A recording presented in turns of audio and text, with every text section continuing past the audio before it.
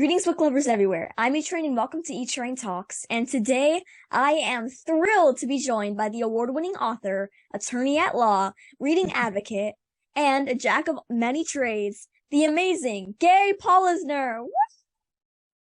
Gae is the author of numerous middle grade and young adult books, including The Pull of Gravity, The Memory of Things, and In Sight of Stars, to name a few. The book we're going to be talking about today, her newest novel, for middle grade readers, co-authored by Nora Raleigh Baskin, Consider the Octopus. Woo! It's a fun, entertaining, and powerful read, and I've been really looking forward to talking with Gae. She has been a huge supporter of my reading journey, and it's nice to find someone who cares so much about important issues, and even better, tackles the important topics in her novels. So without further delay, I'm honored to welcome Gae Polisner to E-Train Talks. Thanks so much for joining me today. I'm so honored, as you know, to be here with you. I think you're awesome. And I think you should leave that blah, blah, blah, blah in. Because I think it's really important for people to see you can be awesome and make mistakes. Mm-hmm. So. Yeah. I might keep that blah, blah, blah, blah in. Perfect. It's up to my dad. He makes the final edits. And first of all, your books, they bring me so much joy. They are incredible. They're inspiring, just like you. And the first question I have is, so first of all, Consider the Octopus. In a brief summary, along with some of Gae's other books, it touches on the topic of ocean pollution. For instance, in her new book, the protagonists try to spread the word about the Great Pacific Garbage Patch and all things ocean pollution. While the story is a literary farce, the Great Pacific Garbage Patch is real. And the fact is, many animals die from the pollution.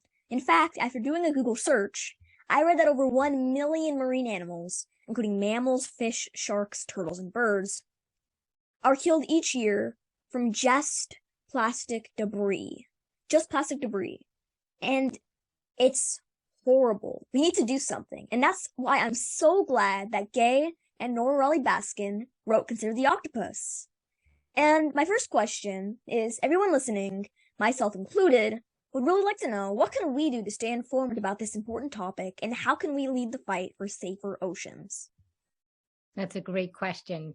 And the book itself has resources in the back of the book.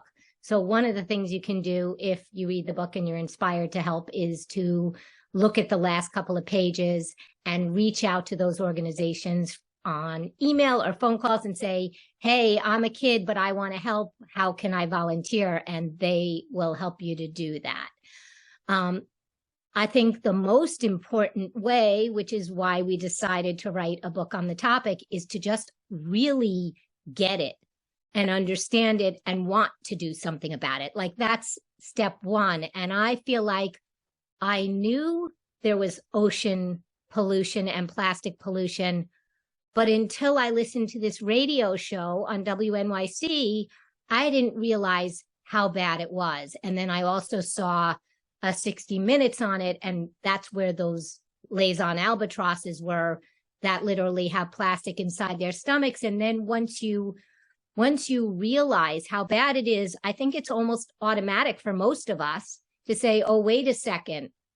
I kind of thought it was like no big deal if I didn't recycle my plastics or didn't try to use less plastic, but now I really get it. And then putting in the effort is easier, I think, when you get it. Yeah. When you really get it, when you really get any topic and you realize just how bad, maybe say ocean pollution or really anything is, you want to do something. I know I want to do something. And so there you have it, everybody. Here's one more thing, which is vote. And of course, kids can't vote, but what can they do? They can tell their parents and their aunts and uncles and their grandparents and their friends' parents, like, I really want you to vote for this person. And the reason I really want you to vote for this person is because they're strong on the environment and they want to help clean things up and that kind, whatever your issues are that are really important to you. I know kids feel like, well, I can't vote, so what can I do? But I remember my sister telling my dad, I really want you to vote for this person because I don't like the people you've been voting for. And my dad changed his vote back when we were kids. So I think there's a lot of power kids have. Yeah, kids really can make a difference, just like JB and Sydney in Consider the Octopus. While we might not be able to go on a cruise and get in touch with a CNN reporter, I mean, maybe we can really do anything, but maybe not that large of a scale. We can still convince our parents to vote for the leaders that we want to see in office. The small things count, the butterfly effect. Like, maybe we do one thing, somebody else notices, they do something, and the world, it might not be a better place instantly, but maybe your good deeds inspired somebody else to do good deeds, and maybe your community is a safer place. So that's why I absolutely love all middle grade books, especially Consider the Octopus, because they really, not only the stories, it's kids making a difference, but like Consider the Octopus, there are resources in the back. So you get an amazing story, and in the back, there's some resources as well, from Surfrider Foundation to Woods Hole Oceanographic Institution. I hope I'm saying oceanographic correct. That is a hard word to say. I was like, I don't know how to say that. Yeah. I hope I did it. Correct me if I'm wrong. And I just want to say that you are doing exactly what Sid and JB do. It may not be CNN, but and it might be CNN soon, hopefully. But you are really, I think, not just inspiring kids, but inspiring the adults around you who see. That's what I feel like when I see you. It's a reminder that I want to be a better adult because there are kids like you out there also being really amazing human beings. So thank you. And you're welcome. I'm sure all the kids who read your books are inspired by you. It's all the mutual admiration club. It is. And I read that you're an attorney and you still practice at times, though you don't take on as many cases. Yep. Have your legal experience influenced your writing at all? I think that, all our experiences influence and inspire and affect who we are and how we do what we do. I'm not sure I could have ever written a novel if I weren't a lawyer first, because it really required me to understand how to build a foundation. I don't have like an MFA. I don't have an advanced creative degree. But law school, surprisingly, taught me how to build a foundation to tell a story that had to be very clear to a court. And because I knew how to do that when I wanted a story, I was like, did you just sneeze? Yeah.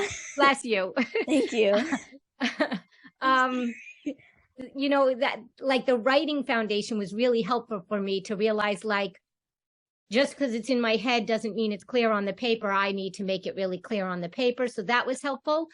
The kind of law that I practice is family law and divorce law. Mm-hmm. So actually, you'll often find the issue of divorce, even in Consider the Octopus, it's not one of the main issues, but you'll often find the issue of divorce coming up in my books. It was in, or parents fighting. It was in The Pull of Gravity, The Summer of Letting Go, definitely In Sight of Stars. It's there a lot in my books. And so I think that, it's such a huge part of my life to see how families that are falling apart and reshaping affect the kids, that I often am grappling with that in my writing as well. Yeah, and I also noticed the divorce aspect and Consider the Octopus.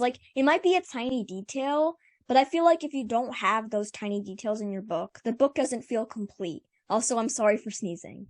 Oh, no, that's good. See, I think it's important that you sneeze. Yeah, I can't, holding in sneezes did not feel good. It's kind not good.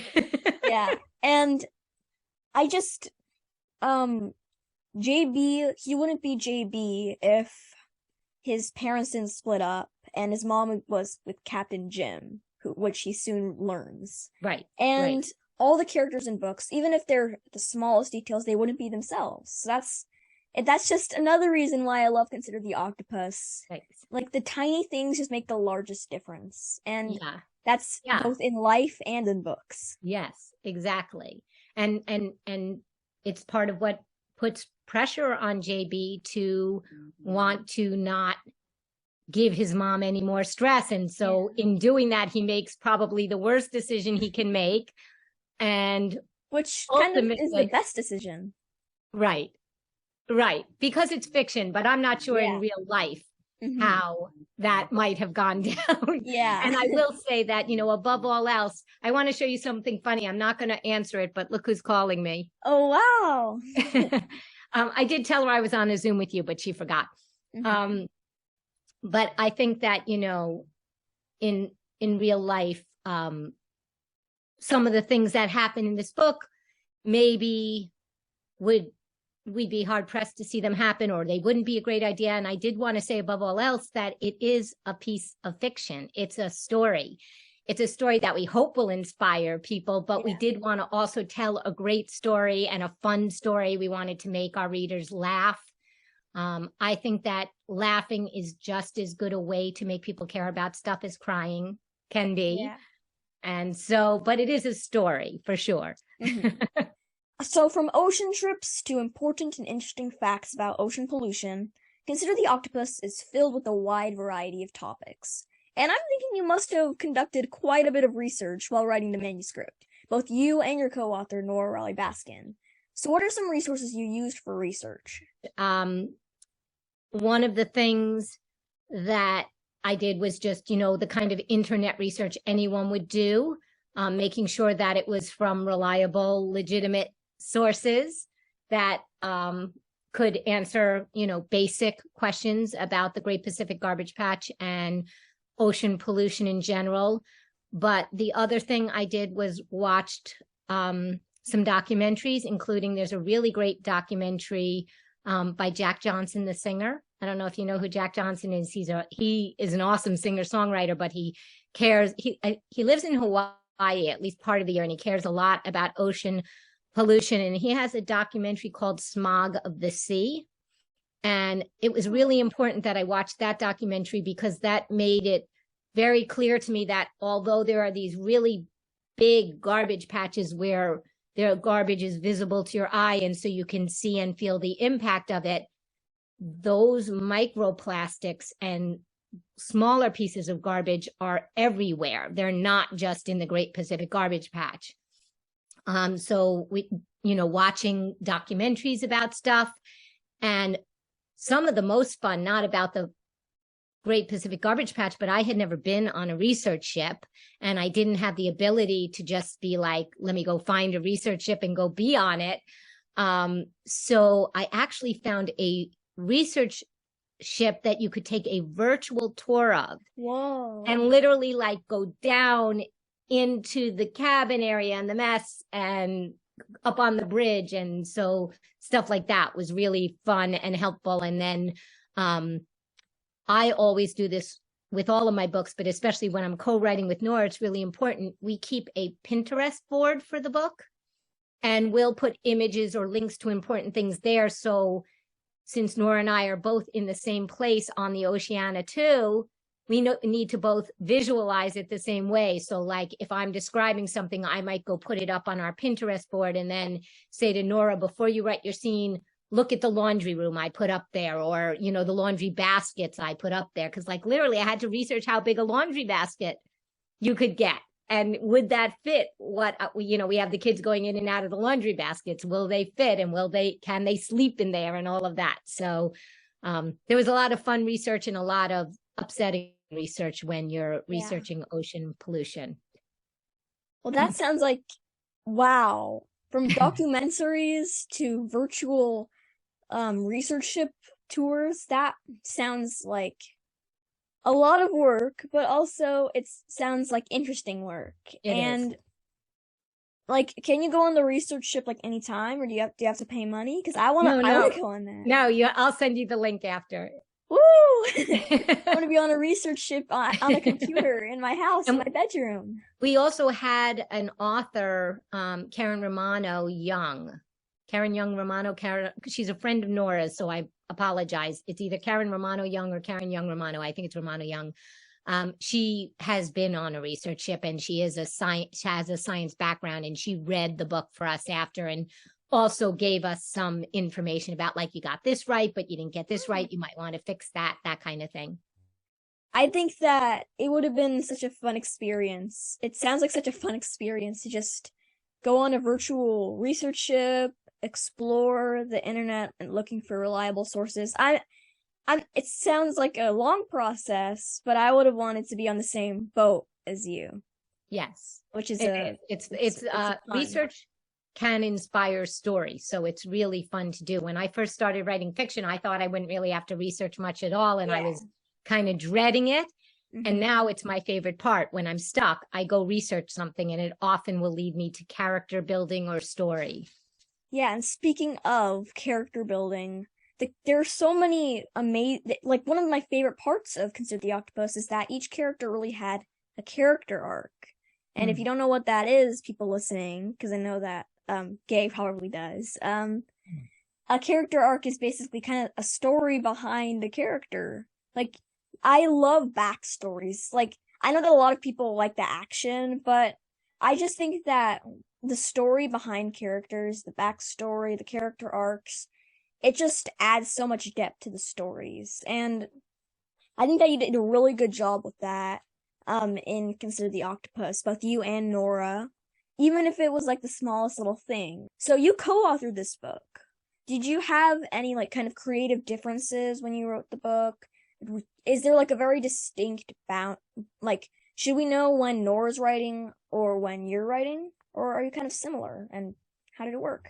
I think both of those things are true. That's a really interesting question. So Consider the Octopus is actually our second book together that's published. Mm-hmm. 7 Clues to Home is our first book together.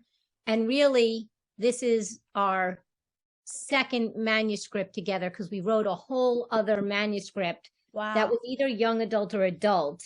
And we loved it, and our agents loved it, but it never sold to a publisher. So we already had a lot of writing together experience under our belt, and we were friends. And it's still hard to collaborate when you're doing something that personal. 7 Clues to Home wasn't hard to collaborate on at all, because the book poured out of us, and we were writing in 2 different timelines in 7 Clues to Home. My character, from the outset, has died. So he is hiding clues a year before for a scavenger hunt. And then a year later, her character, Joy, decides that she's finally ready to go look for the clues. So we were writing in different timelines, different voices, male, female characters, etc. And that one we wrote so fast, and it was so easy, and it was so delightful. Consider the Octopus was a little bit more challenging because we're in the same timeline. We have to make these 2 characters who don't know each other come together.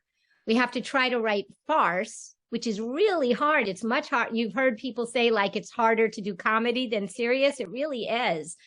So it was a little bit more challenging, and we had to sort of connect with one another a little bit more often than we might otherwise have to, and brainstorm and make sure things were going to go the way we wanted them to go. But there were no real, there was no real drama going on. In the first manuscript we ever wrote, there was a lot of drama, like 2 creative people, 2 friends. We had to work really hard to find that balance. And we came up with some ground rules. So one of our ground rules would be, please don't read my scene until I'm done writing it, because I haven't fixed it up, and those kind of things. So we definitely had some rules, but there was we loved the characters. We were having fun. Our biggest problem in the book was is this going to be funny? We want it to be funny. We want it to be a real farce. How far can we push it?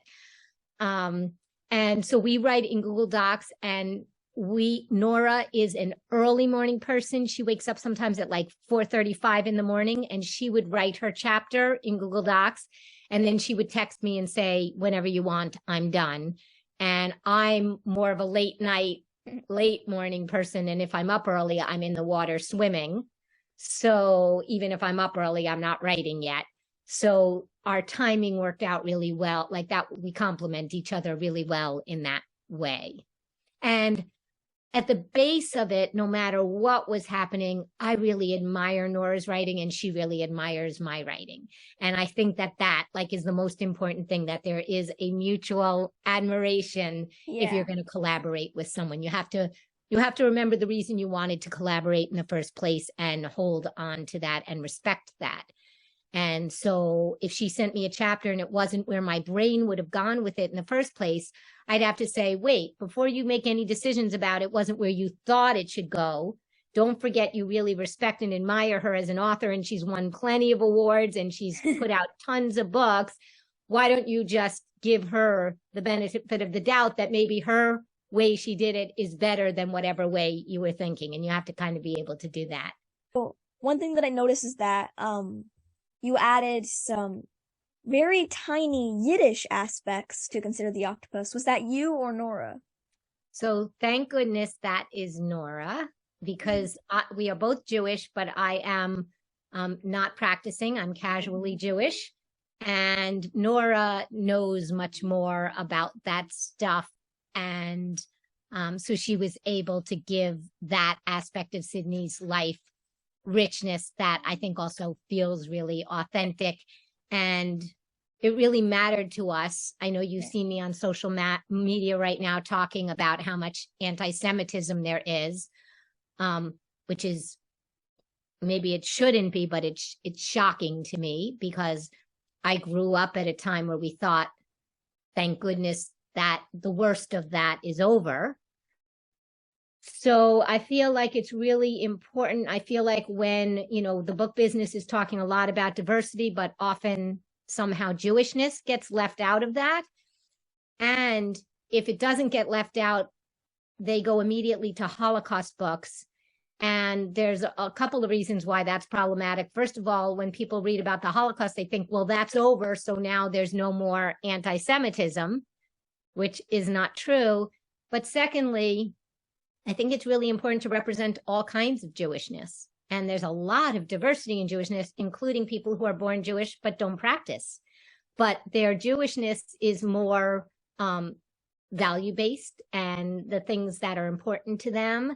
And it's still a part of who I am. I think even though I don't practice at all, being Jewish has definitely influenced who I am. So I was really glad that Nora was able to bring that to Sydney. Are you working on any other middle grade or children's book projects we can look forward to? And are you in like the revising stage or the idea phase or just any phase? All of those. I had a hard time during the pandemic feeling creative. And even before, with all the political stuff, I became, after the election, I was really spending a lot of time trying to be an activist and speak out and do things I had never done before about the world. And I think that took a toll on me too. It was really hard and scary and frustrating with everything going on. And I wasn't feeling particularly creative. So I actually found another artistic outlet, and I was doing some art. I was doing some collaging, and I ended up doing, you and I, before we got on camera, we're talking about my son who lives in LA, his music, but I actually do his album covers. So, wow. Which is such a great thing. Like, it's so much fun, and they are collaborative too. He tells me what his vision is, and then I try to execute it and also bring more to the table. But so I wasn't writing a lot, but I have a bunch of started manuscripts, and I had a manuscript that I didn't know whether it was middle grade, young adult, adult. That's a complete novel in verse, the whole thing. And my agent had loved it, and it never sold to a publisher. Oh. And I put it away, but I recently brought that back out, and I'm trying to rewrite it and not care whether it's middle grade, young adult, or adult. I'm just trying to find the emotion to the story and revise the manuscript, and then I'll see what happens with it. So that's what I'm working on right now. Well, I love novels in verse, so I'm so excited to hear that. We caught a glimpse of a couple of years ahead into Sydney and JB's futures at the end of Consider the Octopus, and I am longing to know more about what's next for them. we got the what's next, but what's next? Are they gonna be still friends in the future? Do you think they'll be like multi-millionaires who are saving the world? Where will they be? That's a great question. And my real answer is wherever you want them to be. That's the fun thing about the end of a book is you get to imagine for them whatever you want to imagine. I definitely think JB is the life of the party, no matter how old he gets and where he goes, and that he has that fun-loving side to him. I definitely think he and Sydney stay friends for a long time. I don't know how long, but a long time. And that's all I know. The rest you get to make up whatever you want. That I think they'll probably always care about environmental issues and make it a part of what they're doing. Was there someone who inspired you to pursue writing? A parent, teacher, author, or role model? I mean, I did not think about being a writer until I was married with my first child. It never even occurred to me. So in some regard, the answer is no, because it wasn't like I saw this person and then I was like, oh, I'm going to be an author. I have had many people who have inspired me to write because they supported my writing. Like when I was in elementary school, my teacher, Mrs. Stanley, loved my poetry that I wrote and my short stories. And in college, my professor for creative writing there, used to be like very effusive about my short stories and poetry that I wrote there, and the kids in the class were. But I wasn't thinking at any of those points in times about being a writer. I was thinking I'm going to be a professional of some sort, and I ended up, as you said, going to law school. And even when I was working at a law firm, people always wanted me to write their briefs and their motion papers, because especially in family and divorce law, which I did, that's what I was doing then. I don't litigate anymore, but I was litigating back then. It's one of the areas of law that you have to really paint a picture for the court, because it's what's going on in the family that's making it that they can't really be that same kind of family unit anymore. So whereas maybe in another area of law, nobody would have cared how good my writing was, when I was writing divorce papers, all of the senior lawyers would always be like, let's get Gae to write our papers. So I knew I was a good writer, but I wasn't even thinking about being a writer.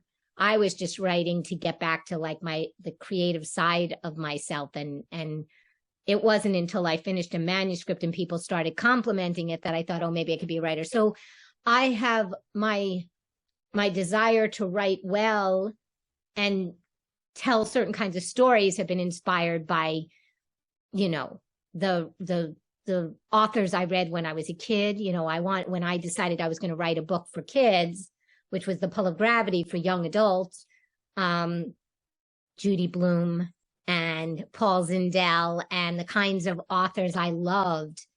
I went back and revisited some of their books, asking myself, why did I love those books? What was it about them? And it was always, for me, character over story. It was always that I needed to, it didn't matter how big or crazy or interesting the story was. If I didn't care about the characters, then I didn't care to read the book. And so that is, in that way, I was inspired to be a particular type of writer, which is hopefully to write characters that, regardless of what's going on in the book, people care about. And I'm also curious, like, what's the boundary between young adult books and middle grade? Because I know that you've written both. Yeah. So readers tend to like to read up. So it's really interesting because when you're talking about middle grade, you're really talking about characters who you start middle grade at age 12, right? Like usually sixth grade. Yeah. So you're 12, you're not, seventh grade is 12, 13. So even though it's called middle grade, you wouldn't be reading up if you were in by seventh, eighth grade, those kids are reading young adult because they're reading up. So really the boundaries are a little bit weird because a book like Consider the Octopus or Seven Clues to Home is really good for like a really sophisticated or capable third grader, all the way up to say, let's say maybe seventh grade, right? By eighth grade, maybe if they weren't a book reviewer or someone who really was willing to, you know, look outside their typical zone of reading, eighth graders would be reading young adult. So the demarcations of middle grade and young adult have more to do with the age of the character, at least in my mind, the main character or main characters, than it does with who's actually reading the books. So middle grade would be a character who's in the 6th, 7th, 8th grade spot, which means it's being read by kids who are younger. And young adult, they really want the kid to be like 15, but really 16 or 17. And your readers are coming from the grades below that. My final question of the day is, well, we all know what it is. If you've listened to any of my interviews, the final question is always the same. If you could be or meet any literary character, fictional or real, from any book, any time period, anybody related to books, who would it be and why? So I have to admit that I missed the meat part of the question, and I only read or heard the who would you be part of the question. So that affects my answer a little bit, but I'm still going with my answer. So I wanted to tell you that this was a really hard question for me, and it kind of circles into what we're talking about, which is there aren't a lot of characters in the books that I've read that I would want to be, because they're all going through such hard things, right? And they're all so deeply flawed, and the people around them were flawed. So I was thinking about this all last night, and I came up with the silliest answer, but I'm sticking with it. We love silly here. I'm sticking with it. I would like to be either Frog or Toad. Yes! From Frog and Toad, because they're such good friends, and no matter what happens, they stand beside each other. And I know that is the corniest answer in the world, but I've actually had times in my life where I've really struggled with feeling like my friends have stood by me when I was younger and even now in life. And so I was thinking that I would really like to be Frog and Toad, because they just know that no matter what happens, they've got each other's froggy backs. Yeah. I am cheering. There are fireworks going off in my heart right now. I love that answer. I cannot believe it. I had never thought of that answer before, but now that I think about it, that's the perfect answer. We all need friends by our sides. And Frog and Toad, no matter how old you are, you gotta love the short Frog and Toad stories. They make your heart sing. They do. And, like, just that answer, it reminds me that I need to read Frog and Toad again. That's a 10 out of 10 answer in my book, just like your book. They're both 10 out of 10. And I can see why I Consider the Octopus was so great, because you're amazing. And everybody, my guest today has been the amazing Gae Polisner, author of Consider the Octopus and many other young adult and middle grade books. Gae, your answers to my questions were insightful and interesting. And especially that Frog and Toad answer. Oh, my heart. Thank you so much for joining me today. Thank you for having me. And you keep doing what you're doing, and I'll keep sharing what you're doing, because it's awesome. Thank you. What you're doing is amazing too. I love that you use both books and your social media profile to basically tackle important topics, whether it's ocean pollution or like anti-Semitism. You are also making a difference. Thanks. And I said this before, like adults, they always say that kids, like, oh, kids give us hope, give them hope. But people like you give kids hope. What you're doing really inspires us, because the world is a scary place. There are a lot of bad people out there, but knowing that there are good people like you, it just inspires us to be even more good. And we know that we have some people by our side rooting for us. So thank you so much for everything you do, Gae. And everybody, you need to check out Gae Polisner's Twitter, @GaePol. The link is in the description. And also her website. I learned a lot of interesting facts there. And in her About section, you get to see a bit of some of her short stories from when she was younger, and I love them.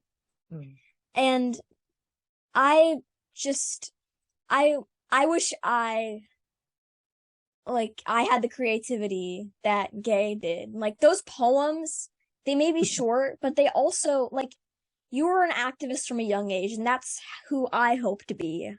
You already are. You're doing it. Thank you. Whether you're writing a poem about the Vietnam War, or maybe writing an young adult or middle grade book now, you've always been so expressive. And just keep being you. I know it doesn't mean much from an 11-year-old like me, but you are an inspiration. You are hope. Thank you. I'm so glad. Thanks for having me. I'll see you around the internet until next time. Yeah, that's all for now, everybody. Stay safe, keep reading, check out Gae's books. You're gonna love them. I know I do. And I'll see you in the next one. Bye.